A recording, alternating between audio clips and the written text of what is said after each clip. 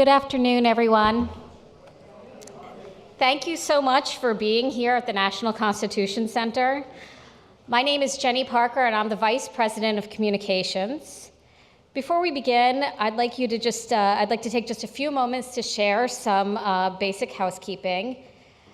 We will take audience questions at the conclusion of our program today. Please jot down your questions on the note cards provided to you, and they will be gathered from one of our staff members.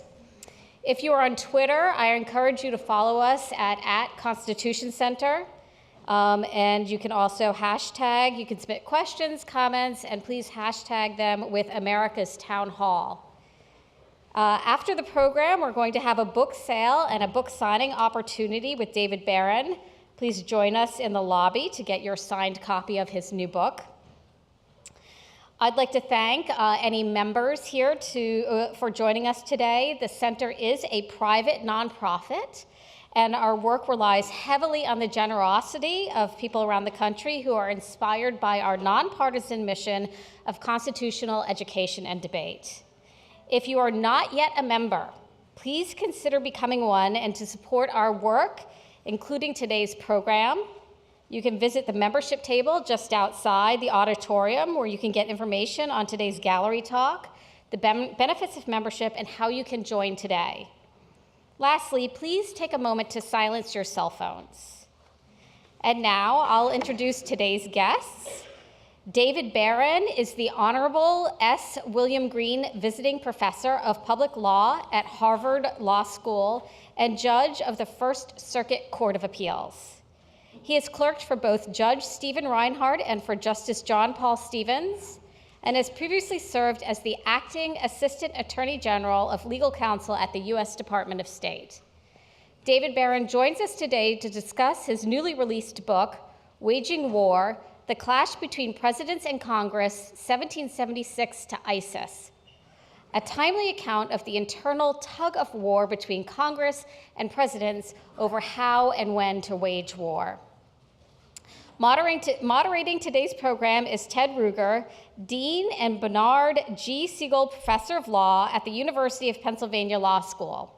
His current research draws on his broader work on judicial power and constitutionalism, and addresses the manner in which American legal institutions, including the U.S. Supreme Court, have shaped the field of health law over the past 2 centuries. Please join me in welcoming Judge David Barron and Dean Ted Ruger.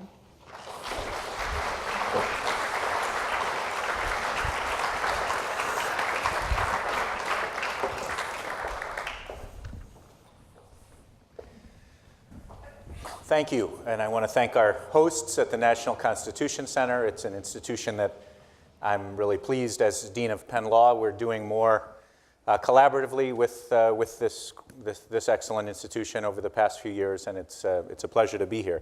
Pleasure to be here with a very old and dear friend of mine, David Barron. We've known each other for, I guess, almost 25 years, since we were in law school together. Judge Barron, you've done, and I've kind of seen you do a number of things over the past couple decades, working in the highest levels of government, researching and as a scholar at Harvard Law School. Your research touches on a number of areas, including the subjects in this book. And I guess I wanted to start by asking you to talk about kind of what led you to write this book over the past many years, and given the different roles in which you worked, how does this book kind of reflect your thinking over this long period of time? Well, thanks to the Constitution Center and to all of you for coming, and on a day when you had reason to be outside, and Ted for agreeing to do this. I started thinking about the book when I was still a professor, and it was in the early years after the attacks of 9/11, when the United States was formulating its initial response. And at that time, some of you may recall, there were a range of opinions coming out of the Justice Department, which I had worked on years before at the end of the Clinton administration. And those opinions had in them some very sweeping statements about the scope of the president's power to fight a war. And the position taken in those opinions was that it was for the president alone to decide how to wage the war on terrorism. And at the time, that struck me, and I know other scholars, as a controversial statement, and so I really wanted to dig into the history of it and started researching it. Over time, I then ended up serving in the Justice Department in the first years of the Obama administration. So while that same war on terrorism was continuing, and was in the same office that had produced those opinions at the early stage, and so had a new perspective, not thinking about it just academically, but for real. What is the president supposed to do in the midst of wartime operations if there are statutes that Congress has passed that seem to put obstacles in the way of how he'd like to fight the war? What is the president supposed to do? And over time, that led me to write this book, which is really an account less of a legal argument about what the right answer is, and more an account of how have presidents handled that very serious conflict, and how have Congresses handled it, and the delicate dance between the two of them that we've been living with really since even before we had the Constitution. Let me pick up on where you just ended. When we teach constitutional law, or when we think about it in this institution, we often think about the Constitutional Convention in 1787, and ratified a couple years later in 1789. Your book title, though, your subtitle is 1776 to ISIS. What was happening in 1776, and why is that relevant? A year that Philadelphians know is an important one, and the book opens with the very opening of the Revolutionary War and the first commander-in-chief, George Washington, and he confronted this dilemma very early on. He confronted it most directly after a relatively successful encounter with the British in Boston, and then the battle moved to New York. And while in New York, things were not going well, and he became convinced that he was going to have to retreat from New York when the British, which had massed a huge naval force off Long Island, was going to attack. And his question at the time was, if we leave New York, how do we leave? Should we burn New York to the ground? Because strategically, Washington thought it made a great deal of sense to not leave New York for the British to occupy. It'd be better if they razed it so that they'd have nothing that they took. But Washington at the time was operating under a commission he had received from the Continental Congress, which was located in Philadelphia. And before deciding to order the destruction of New York, he wrote to the Continental Congress and asked, should we leave New York for winter's quarters for the enemy? Now that's what you call in law a leading question. He expected the answer would be, no, go ahead and raise it, but that's not the answer he got. The next day he got a letter back from John Hancock, who was the president of the Continental Congress, and it absolutely forbid him from burning New York down. Washington thought this was a ridiculous strategic decision that Philadelphia had made, but he obeyed it and did not plan a strategic fire. As it happened, a significant chunk of New York did burn during the retreat, but by all accounts, Washington had not organized it, and it wasn't as successful as it would have been if he had tried to raise it himself. So that very early instance is the kind of conflict that we've been living with, for better or worse, ever since, and that the framers of the Constitution were quite aware of. I mean, Washington was extraordinary, as you know, in both being a powerful commander-in-chief and a successful one, but also one who was very cognizant of the limits of his power and quite insistent on respecting them. So this leads us to a kind of interpretive question. Why is it important to think about something that happened before the Constitution, over a decade before, in how we interpret a document that was ratified in 1789? What kind of interpretive theory gives us license or promotes the desirability of taking things that happened before into account? Well, in all of these kind of situations, there's always two levels that we could be thinking of it. We could be thinking of it as an interpretive question in the legal sense.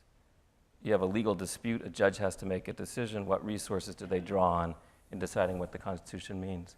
But there's another sense in which the Constitution operates, which is just as a framework for government, in which people in the government have to make hard decisions. And what resources do they draw on in making those hard decisions? And a very common one is to look back at how other people who came before them made those decisions. And Washington, as you know, is a figure that most people think if you're doing what he did, odds are you're doing something pretty good. And so he has a lot of purchase, and did have a lot of purchase on the framers. One of the really striking things in the ratification debates after the Constitution had been formed in Philadelphia and it went to the states to decide whether to approve it, is the degree to which the opponents of the Constitution realized they had a problem, which was that Washington was such a revered figure. And it made claims about the dangers of executive power ring somewhat hollow, because it was clear that it was possible to have a chief executive, fairly empowered, who people could respect. And since he was likely to be the new president, that made those arguments somewhat harder. And what you see the opponents of the Constitution doing is constantly stressing to the audience, there's going to be people after Washington. They might not all be like him. And the powers that you're giving, you have to think about the people who are not Washington, who come down the line. Mm-hmm. Let's be a little more concrete, and and your book is kind of magisterial in scope, and one of the lessons is that these problems tend to recur. So take a problem that happened over 200 years ago with the Algerian pirates, but of course happens today, where somewhere outside the U.S., the territorial jurisdiction of the United States, you have attacks on American commercial interests, either by a state actor or by a non-state actor. We might think that our Constitution gives someone or some institution the power to define what those acts are. Are they war or not? Define the response. I guess first I would ask, what do we learn from the text itself? So you've got an entity attacking U.S. interests, be it ISIS today or the Algerian pirates 200 plus years ago. What does Article 2 of the Constitution say about who gets to decide whether that's war? Who gets to decide whether to respond? Do we learn much from the text? Well, it tells, as you know, that Congress has the power to declare war, and it also tells us that the president is the commander-in-chief, and that tension between how do we reconcile those two things has been the subject of huge debate. What the book focuses on is a topic that's gotten somewhat less attention, but that I think in our current situation has a great deal of relevance, which is less, what do we do when Congress has said nothing? Who gets to decide then? Can the president start a war or use military force on his own? And more a question of what happens when Congress has said something? When Congress has actually entered the field and purported to regulate in some way, and there's a serious national security crisis. What is the president's obligation to follow what Congress said? How strictly does he have to read the word that Congress has laid down in those statutes? And the reason that's such a significant issue for the last 15 years was such a significant issue when I was in the government at the beginning of the Obama administration is that, as most of you know, Congress has authorized a pretty wide range of military operations ever since the attacks of 2001. And so we've been living in a situation in which much of the force that's used, and almost all of it that's claimed, is said to be emanating from statutes that Congress passed, the authorization to use military force right after the attacks of 2001, and then the operation in Iraq, which, as you know, was authorized by Congress as well. And many of the hardest questions have arisen about issues about how to fight that war, given other statutes Congress has passed, statutes limiting surveillance powers, statutes limiting detention powers, statutes regulating what kind of interrogation you can engage in. And that kind of dilemma has a long-standing history in connection with many of the issues you're raising about what to do when there's attacks on commercial interests. And those really took the form of statutes that regulated and tried to keep America neutral from European wars that were going on at the time. It was true in the early fights with France. In the late 18th century, it was a huge fight in Congress. The Congress was in Philadelphia at the time, and it was right down the street from here where that fight was going on, about what kind of force John Adams could use to protect American shipping when the French were attacking it. Congress had put a lot of restrictions on. Adams was very hesitant to follow them, but also very hesitant not to follow them, and tried to negotiate his way through it. And of course, in the run-up to World War II, before the U.S. got involved in World War II, there was a huge fight about what kind of assistance Roosevelt could lend to the British, because there were neutrality statutes that Congress had passed, which were intent on keeping America out of another European war. What about the role, so you speak to And I think it's an important point, even in a museum and institution devoted to constitutional thought, that Congress's statute-making behavior is part of its constitutional authority, and indeed, as many scholars have joined you in writing about, we might even think of the statutory firmament as kind of part of the Constitution. Are you comfortable with that, thinking of kind of major statutes in this area as constitutional or quasi-constitutional? I don't know I'd give them that label, but I mean, the Constitution is, we often think of a Bill of Rights. It's a set of rights that are guaranteed to all of us, and it certainly is that. It's a key piece of it. But of course, the Bill of Rights came after the Constitution itself was adopted, and it was before a Bill of Rights a charter of government. And it created a Congress and a legislature which was supposed to be an active participant in shaping the rules of the road, and then a president who was supposed to be executing those laws. So the Congress's role, particularly in war making, and this is, I don't know if, how many of you are familiar with Arthur Schlesinger and the imperial presidency and that notion, which came up at the tail end of Vietnam, has really shaped thinking about presidential war making for generations. His story was really one in which Congress was out of the picture. And it was an account of Congress being weak, Congress not being involved, Congress not taking a view, and presidents, ever since the end of World War I, accumulating more and more power to decide how to wage war and really dominating the scene. This book, in a way, is a response to that, to try and tell a history in which it's a little bit of a more complicated story from start to finish, in which the two branches are really in a dance with each other all the time. Congress checking the president, backing down from the president, presidents pushing Congress, presidents being worried about taking it too far, getting too crosswise with Congress. Mm-hmm. You know, I like your metaphor of dance, this very nuanced dance that pervades through the book. To push that well past the breaking point, you know, we see these TV shows now where there's people dancing and then there's judges. And that, of course, makes me think of the court and judges. So is it really a... You're demeaning my profession there. Yes.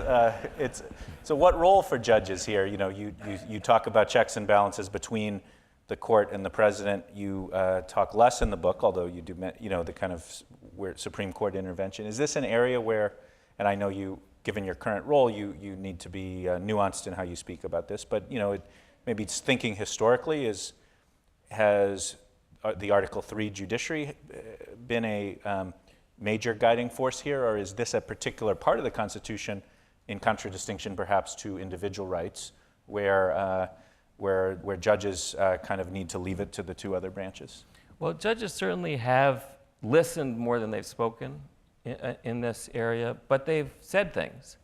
And when they do speak, it has a big impact in shaping how the rules are understood, how far presidents can go, how far Congresses can go. They've said both that it's important for the president to follow the law that Congress lays down, even in war, and they've also said that Congress doesn't have the power to tell the president how to conduct a campaign, which means if you're listening closely, they've said two things that aren't obviously consistent with one another. And that's created a great deal of ambiguity. But it's important not to think, I think, that just because it's not clear what Congress has said, I mean what the court has said, that that's given no guidance. Because what it has suggested is that there are boundaries. And I'll just give you two stories that I think show that. One is in World War II.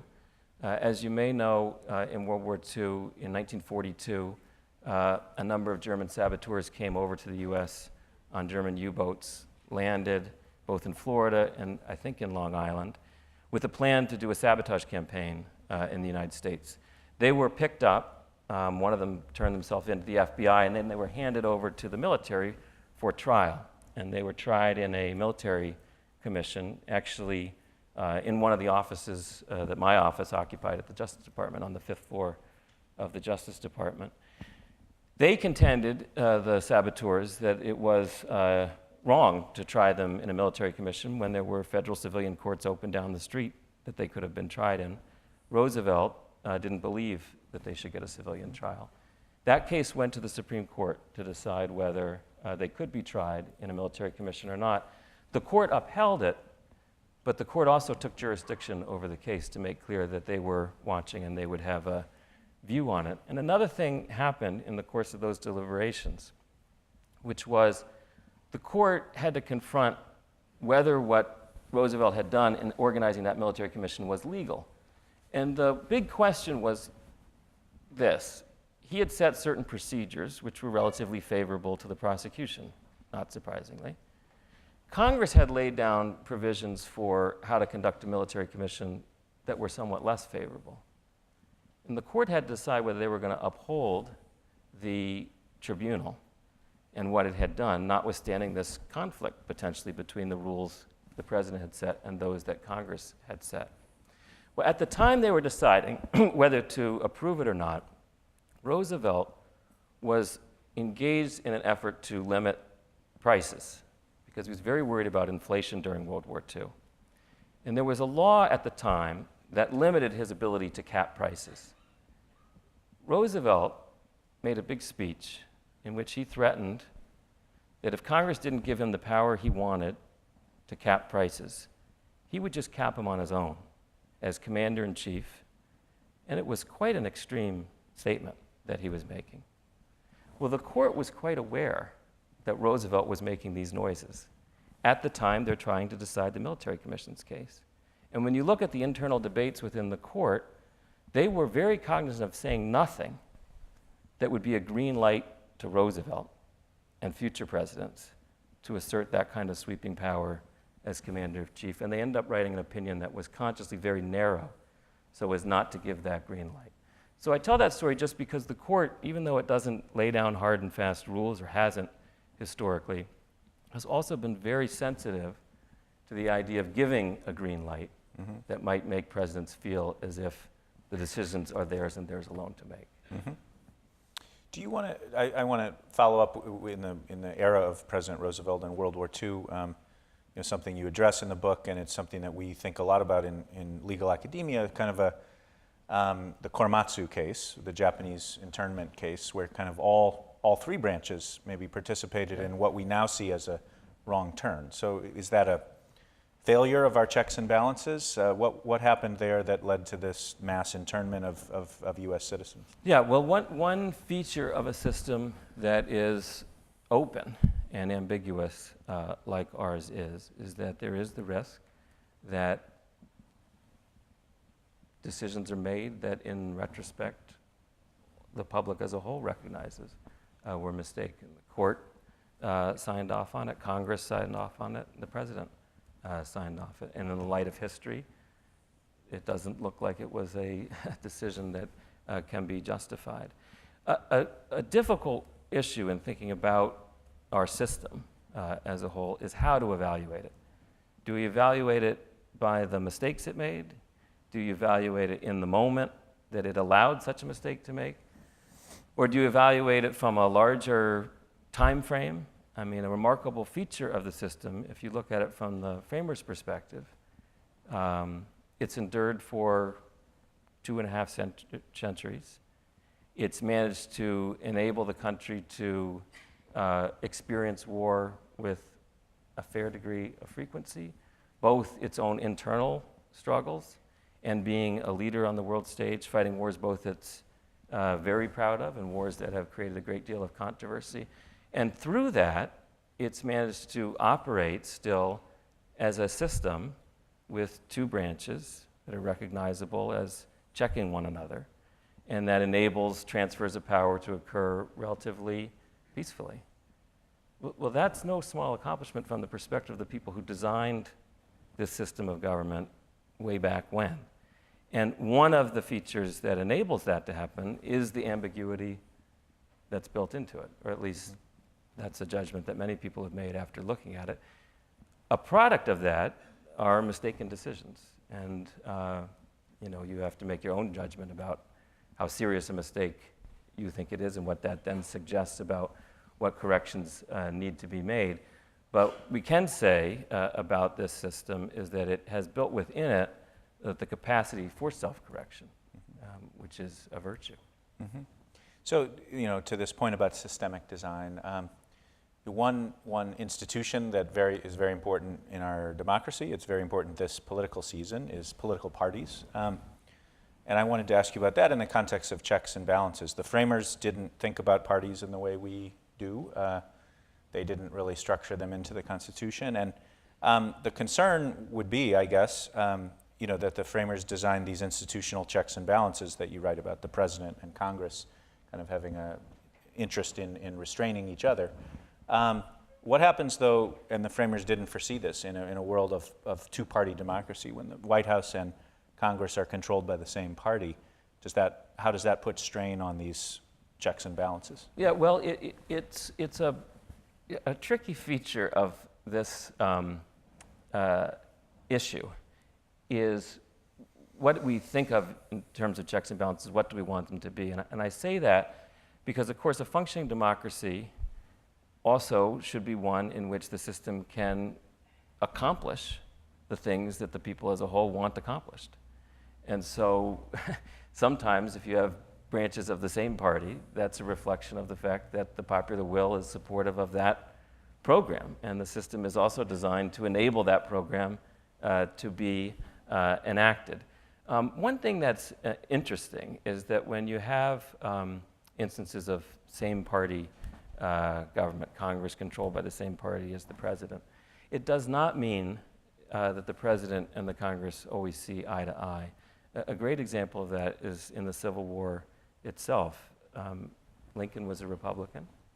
The Congress was a Republican. But they had very different ideas of the pace of the war, how hard it should be fought, how aggressively it should be fought, what the aims and mission of the war should be fought. And Lincoln and Congress were in constant tension throughout that war. They created a committee to oversee his conduct of the war because they thought it was atrocious at the beginning.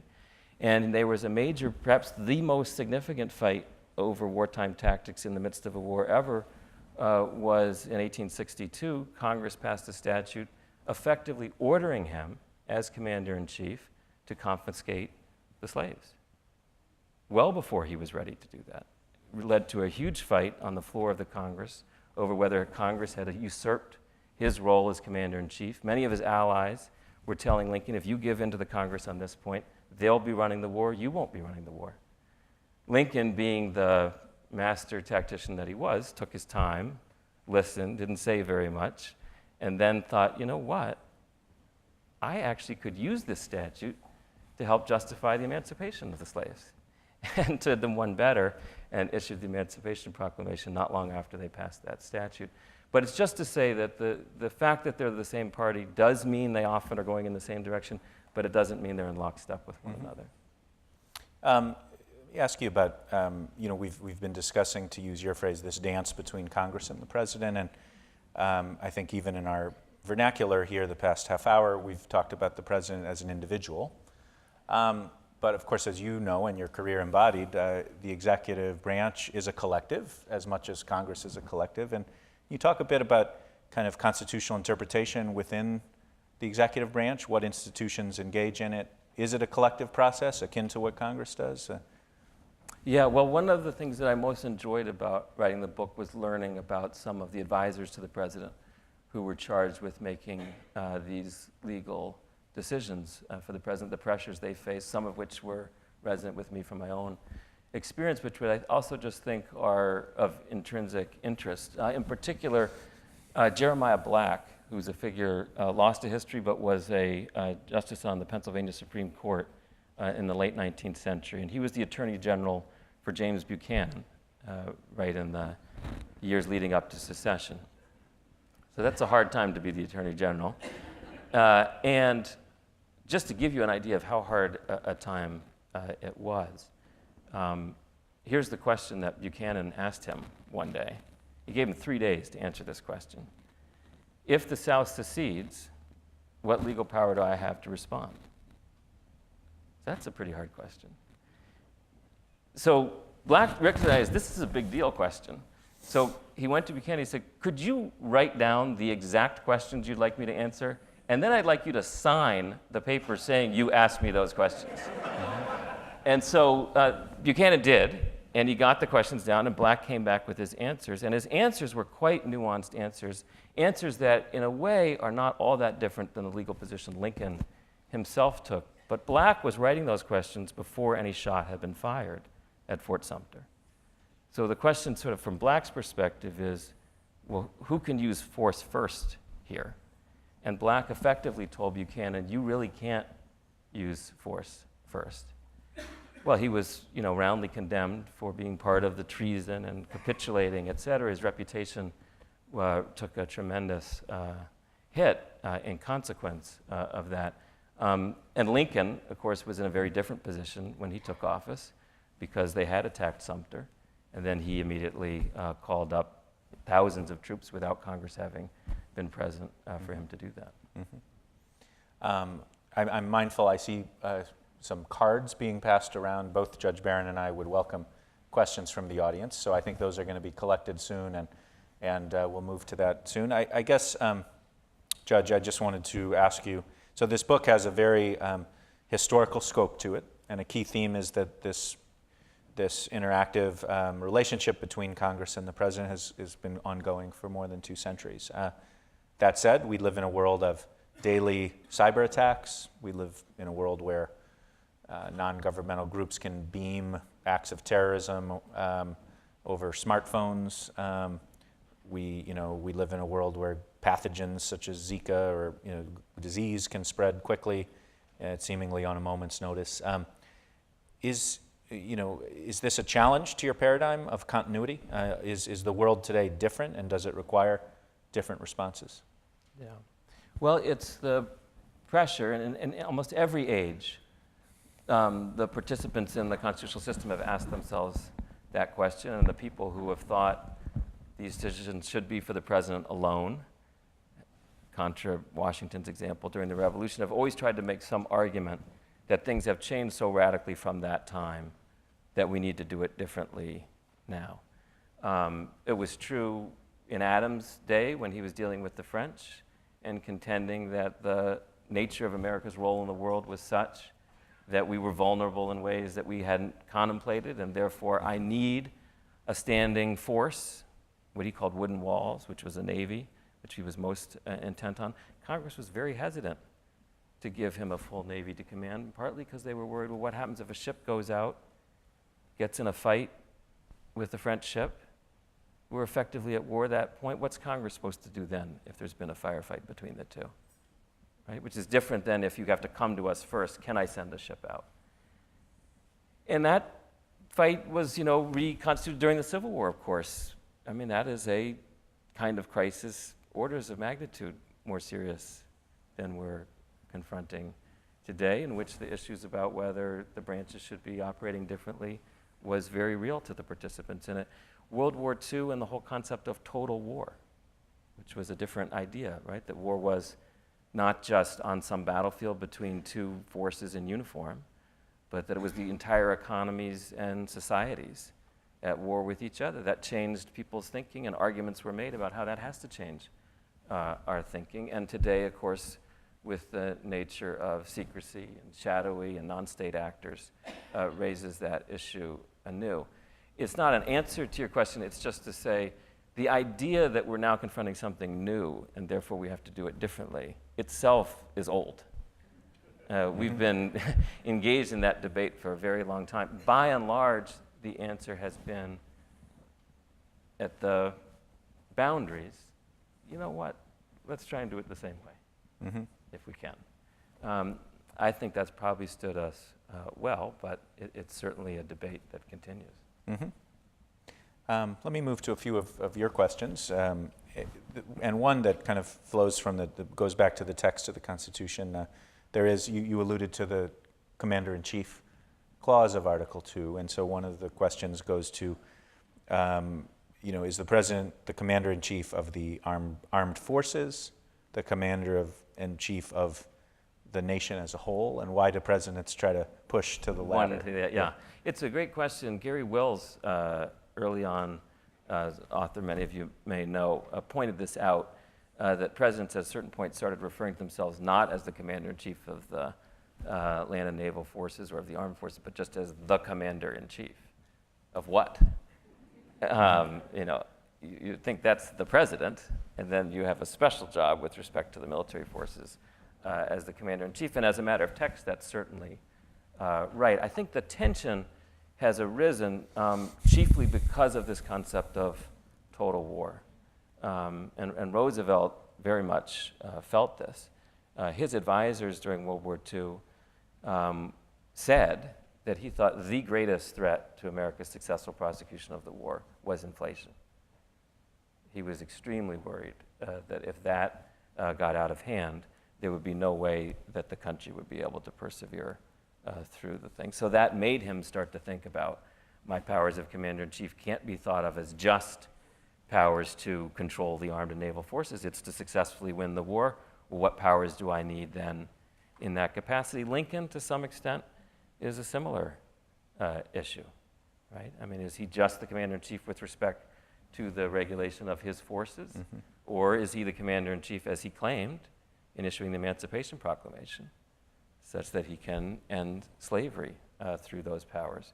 I mean, that's a deep question. But as a textual matter and as a matter of design, the idea was that we have a president of the United States and then a commander-in-chief just of the armed forces. Mm-hmm. To follow on that, and we talk a lot these days about, in popular culture, about maybe misgivings about the president committing troops overseas in undeclared wars.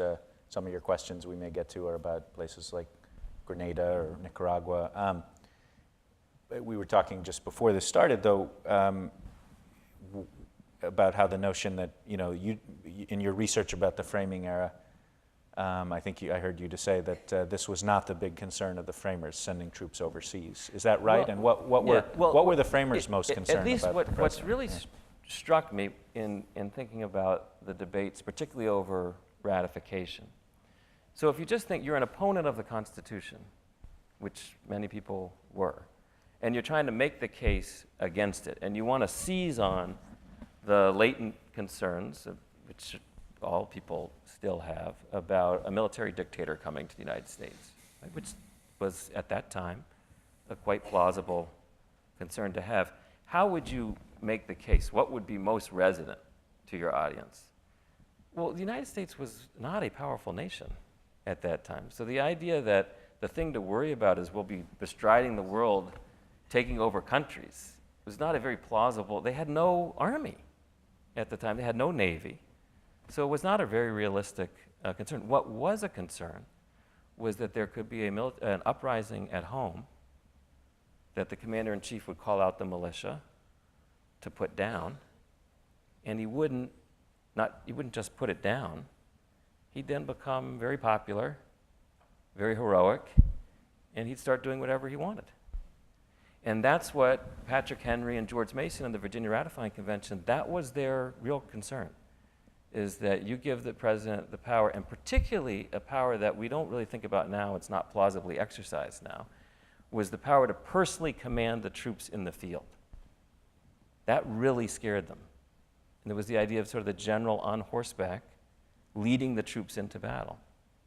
And there were all kinds of proposals in the convention to require Congress to specially authorize the commander-in-chief to exercise that power, for fear that if he did exercise that power, he'd be unstoppable. He'd be so attractive and so powerful if he was successful that you'd never be able to put him in his place. Well, in the end, they decided to leave that issue up for grabs. But it just gives you some insight into what their set of concerns were. They're not, knock on wood, our concerns today in that same way. In some ways, that's a testament to how successful they were in designing a system which took something off the table that in many countries is not off the table. And they managed to do it. Here's a question that goes to this point about concern about executive authority, where one of the things where the Constitution textually vests in Congress is the power to declare war. That has become more rare, and indeed a lot of instances of significant hostility and expense and loss of life, there's no declaration of war. Can you speak to both the historical trends in whether or not a declaration of war is thought to be required, and does it trouble you theoretically that that there seem to be end runs around this constitutional text. Well, the big change in this regard is the substitution of declarations of war with authorizations to use military force.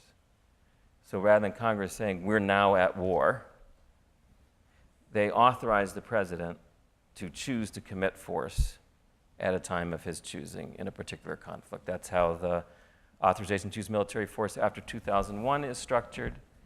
That's how the authorization to use military force in Iraq was structured, both the first Gulf War and the second war in Iraq. And we have not had, as you know, a declared war since World War II. One thing that's interesting in this regard is what happened in Korea. So, as you know, that was, by any reckoning, a war. Hundreds of thousands of troops committed with no declaration, and in that sense, a complete innovation in the way America went to war. That large a commitment of troops for that sustained a period of time on the ground with no declared war. Well, it's interesting, Truman was very hesitant, as was Congress, to declare war at that time. And there are many reasons for it, but one reason, which I don't think is known as well, but I think is very interesting, is they were very scared about the signal it would send to the world if they declared war then. And why was that? Well, remember, there was one declared war, the First World War, and then there was another declared war, the Second World War. Well, before either of those wars were declared, there were no atomic weapons. But by the time Truman's in Korea, there are atomic weapons. And the fear he had, and that those around him had, was that if we declare war, the signal that will send to China and other countries about what kind of conflict this is a signal that we may not want to send. As Truman put it at one point, you'll see many bombs, and he meant atomic bombs, dropped in the United States. So they had a real incentive to downplay that operation, not just as an end run around the Constitution so the president could do what he wants, but as a matter of sort of global politics to keep it contained. When he says it's a police action, that's not just, I don't want to have to do what Congress tells me. That's, I don't want the world to see this as World War III, because think what would happen if that's what the world thought it was. So it's just another way in which, in context, a lot of these things have a logic to them, which is more in keeping with our constitutional system than you might think. Mm-hmm. To follow on that, one of the questions asked succinctly, was Vietnam a war? So you can answer, I'd invite you to answer that both descriptively and then as a constitutional scholar. Take us through what was happening in the Vietnam era. I think I cite a book by Stanley Carnow called The Vietnam War. So I'm willing to say it was a war. And I think if you view it from a constitutional perspective, it's very hard to see how something of that scale could possibly be described otherwise. And of course, it was authorized by statute. There were great debates about how much that statute, the Tonkin Gulf Resolution, did authorize, but the appropriations that followed on afterwards. And what's interesting is the war dragged on, and as the hostility at home towards it grew, you start to see many critics of the war starting to hone in on the fact that why isn't Congress stopping it? Right? Instead of focusing on why is the president doing this all on his own, which many people were saying, there was an equally strong view developing, well, wait a second, maybe Congress was implicated in this, did authorize it, but what's their role then in ending it? And the really remarkable thing about Vietnam is at the very time that Schlesinger is writing his book, The Imperial Presidency, about how presidents have sort of this unlimited power to wage war, are the years in which Congress is really, for the first time in the nation's history, legislating the end of the war by passing a series of very restrictive statutes on combat operations in Cambodia and Indochina generally, to the point that Ford, when he comes in after Nixon, faces a really difficult challenge in which Congress has effectively stripped him of the power to use combat force to continue to prosecute the war, but he's got to get US citizens out of Cambodia and Vietnam. Well, how is he going to get them out of there if he can't use any force? And he goes at various points to Congress and he says, well, what am I supposed to do here? You said I can't use any force. You obviously want me to get the Americans out. What am I supposed to do? And they basically said to him, we're sure you'll figure it out. And they did that because they were very scared about giving him an inch for fear he would use it to take a mile.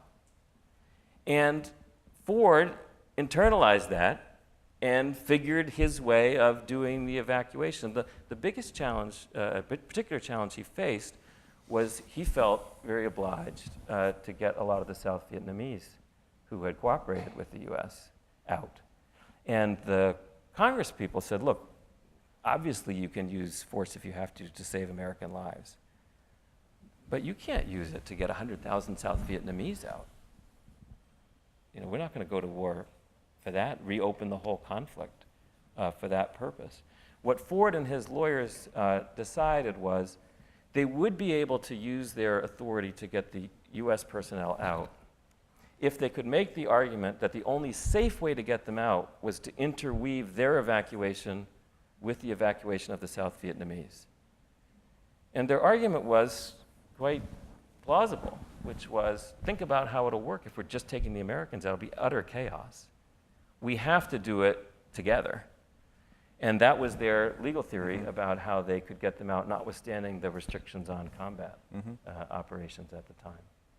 So your story about Ford and what Congress told his administration is one where, in a world where we often favor, or say we do, favor transparency, clarity, you know, this was one where kind of intentional vagueness, which indeed is what the choice the framers made in many of these clauses. Do you think, is this an area where clear rules are ambiguously helpful? Do we want vagueness here? Yeah, I think it's a great question, Ted, and it's, you know, when I was a lawyer in the government, there were definitely times where you wished it wasn't vague, because then you wouldn't have to do very much. It'd be a lot easier. But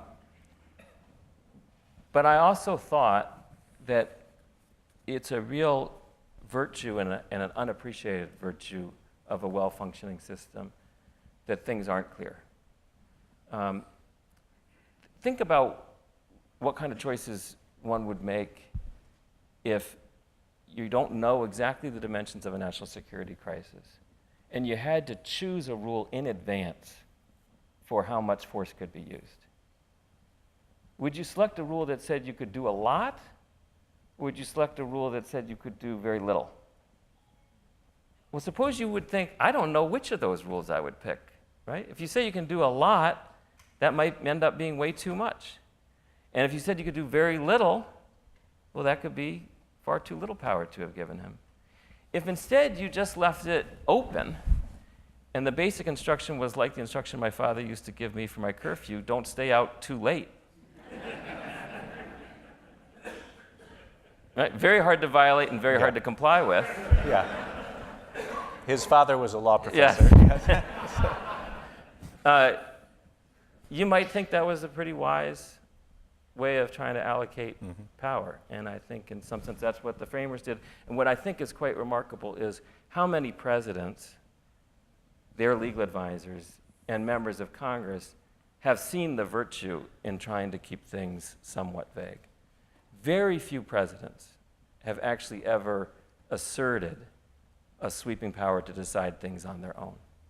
When they've confronted a limit that Congress has put forward, they've tried to find a way to read it in their favor. They've tried to conform their conduct or delay things and take their time.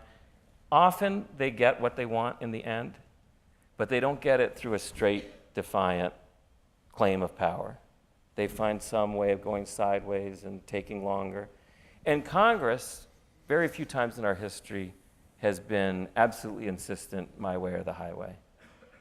You know, in the Reconstruction era with Andrew Johnson, Congress really did come close to taking away the commander-in-chief powers of the president. They were very worried the president was leading an effectively end run around the Congress. It was a true clash and a true crisis, and it didn't end well. It led to the impeachment vote on Johnson, where he survives by just a vote. By and large, presidents have backed off from putting ourselves in that situation, and Congresses have too, because I think they've understood in some inchoate way the virtues of leaving things somewhat undecided. So we've talked a lot about what law professors would call horizontal checks and balances, the kind of co-equal branches, Congress and the president. I'm going to ask you a question more longitudinally through time, and we haven't talked about treaties, which are kind of a higher form of lawmaking that the Constitution discussed. As an empirical matter, have presidents through history felt bound by prior presidents' treaty-making behavior, and how much of a constraint is that on the president's sphere of action to stick with a treaty, to withdraw from a treaty? Well, there's a whole separate history with respect to treaty obligations and how they factor in. With respect to war fighting, they've had some impact. Of course, in Korea, a big issue for Truman was whether he was going to seek UN approval for the action beforehand. There was a debate about whether he would. As it happened, Russia was not present for the vote, which helped him get it through the Security Council to have that kind of authorization, which he thought did validate what he was doing in a way that otherwise would have been absent. But when it comes to war making, of course, a treaty is only passed by the Senate and leaves out the House, so a lot of people think that's a pretty poor substitute for congressional authorization, that for a war, a declared war, it's got to be both houses. And for an authorization to use military force, the statute, it's got to be both houses, so the treaty can't be a full substitute for that. I want to ask you, this relates to something we were talking about just before the event. We sit just a block or two north of the hall, Independence Hall, where the Constitution was framed. You've read widely in the framing era and since. Is this an area where kind of the framers themselves thought a lot about what was intended? You hear this phrase, original intent. What does that mean in this context, and how important was the intent of what happened in 1787 down the way for our thinking about these questions? Yeah, well, the one thing to remember is there's really two stages to how we adopted our Constitution. There was the convention, which wrote it, and then there was the ratification process, which made it law. Right? Without the ratification process, it's a very nice piece of writing, but it doesn't have any legal meaning. Well, for the people involved in the ratification, at least in how they thought about the powers of the commander-in-chief, they weren't much interested in trying to figure out what was intended by the people that wrote the charter in Philadelphia. And if you think about it, why would they have been all that concerned about it? They're deciding for themselves whether to make this document law. And what the opponents of the Constitution really were focused on, Patrick Henry and George Mason being the most articulate spokesman of this view when it came to the war powers of the president, was what is going to happen in the future, not what were the intentions of the people that drafted it 2 years ago. And what they focused on was, look at this document. It's just as ambiguous as I'm saying it is, right? Of the, I think, 45 words in Article 2, 13 of them talk about the war powers of the president. And of the 4,000 words in the whole Constitution, 3,500 words, only 13 tell you about the war powers of the president. It's just a pretty big topic you might have thought to spend time on. So they're acutely aware of how open-ended this document is. And what they're focused on in the debate is how will people use this going forward? Not what did X delegate from X state colony think it meant when they met 2 years before, because I think they thought that's not going to bind them, right? They're going to use the powers that we're giving them now. We got to think about, is it wise to give them this much discretion? Here's a question, and you've talked, and in your book you talk a lot about specific presidents and how they interpreted and wielded these powers. So the questioner asks, aside from Franklin Delano Roosevelt, who has been the most powerful or skilled president in yielding these war powers in recent times? Now, I'll exercise as moderator, given your current judicial role. You're going to steer away from certainly recent presidents, the most recent. But are there presidents in the past century that have impressed you in being particularly skilled in yielding these? Are there those who impressed you as a kind of constitutional scholar? I mean, as in all things, the most impressive to me, studying the history of it, is Lincoln. I mean, it's just remarkable, his ability to see tactically, his ability to see the big picture of things, his commitment to the particular policy struggle that he's in and coming to a just outcome, but seeing the larger constitutional framework and how to operate. And it's really just extraordinary how many levels and how textured his thinking is on it. But I was very impressed by Ford and the situation that Ford was in. It's, to come in, you're an unelected president, and you're taking office at a time when fear of the president, trust and faith in the president is at its absolute nadir. You're still in combat operations, right? There's an ongoing war that's happened. I mean, the amount of focus on, are you using your powers wisely or not? The felt sense that you have to restore faith in the presidency, which means what? Does it mean being strong? Does it mean being passive? Right? And that dilemma for him, which he was extremely sensitive to throughout his time.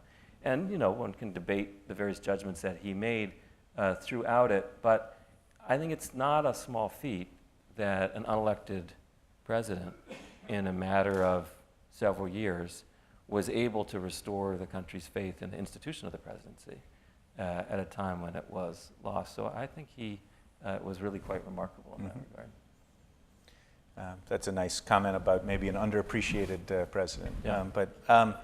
Thank you. I want to give you a chance to offer a concluding thought or two, but I do want to remind, for those of you who want to continue the discussion, I appreciate you're going to stay around and sign some books downstairs. I think the staff can direct you all down there. And is there anything do you want to sum up? We've covered a wide landscape of things. Do you want, but I'll give you the last word. Well, just one thing is, one sort of question that you keep coming back to, which is a good one to be asking, is how do presidents relate to one another, right? I mean, how do they think about what happened before them in making their decisions? And of course, it's hard to know, when you do go to the White House, and it is interesting, presidents are conscious of which former presidents they put up in their office. They don't just leave the one that was there before. They have their own views of who they want do they all have Lincoln? Up there. And I think, if they're wise, they all have Lincoln. Yeah.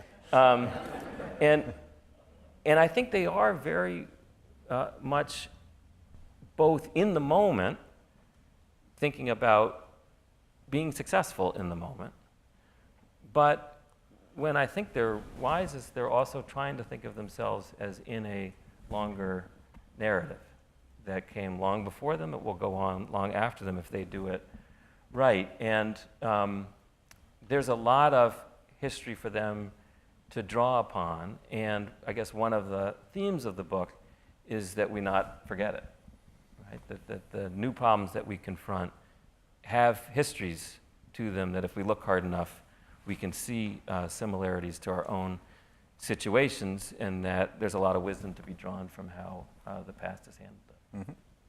Well, that's a nice way to conclude. I do want to invite you all to a book signing downstairs afterwards. Thank you so much for being with us. Thanks, Ted.